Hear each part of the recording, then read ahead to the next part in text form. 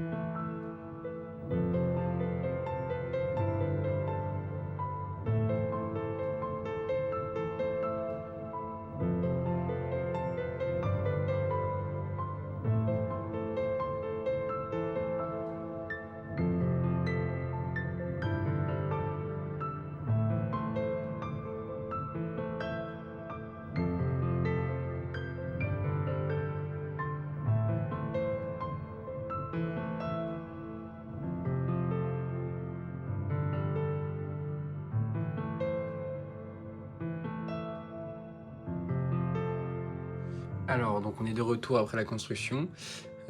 Donc vous pouvez observer du coup que le set... Donc comme je vous avais bien dit, ouais, la notice elle est bien malheureusement toute sans design derrière, pour faire des économies.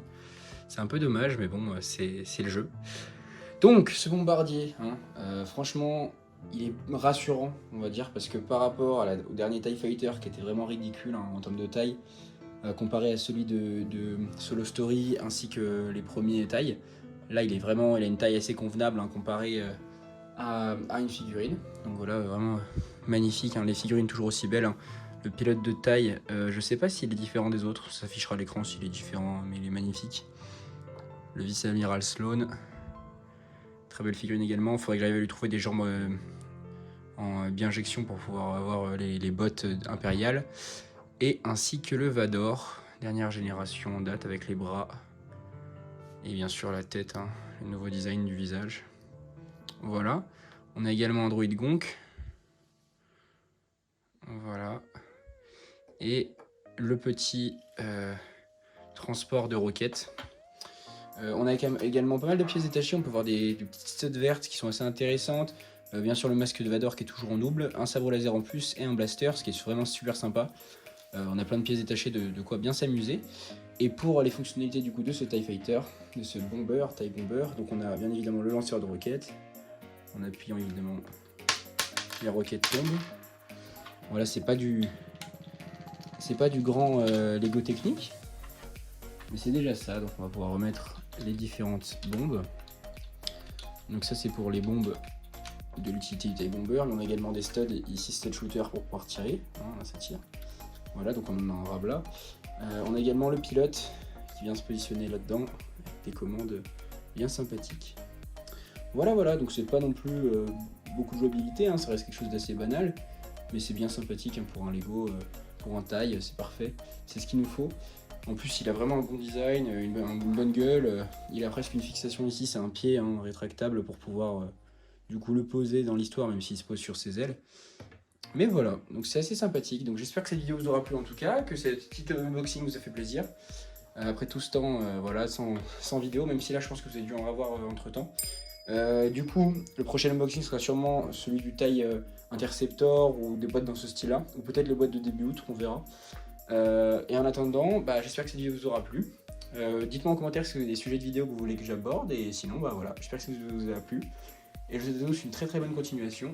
Allez, salut les gars!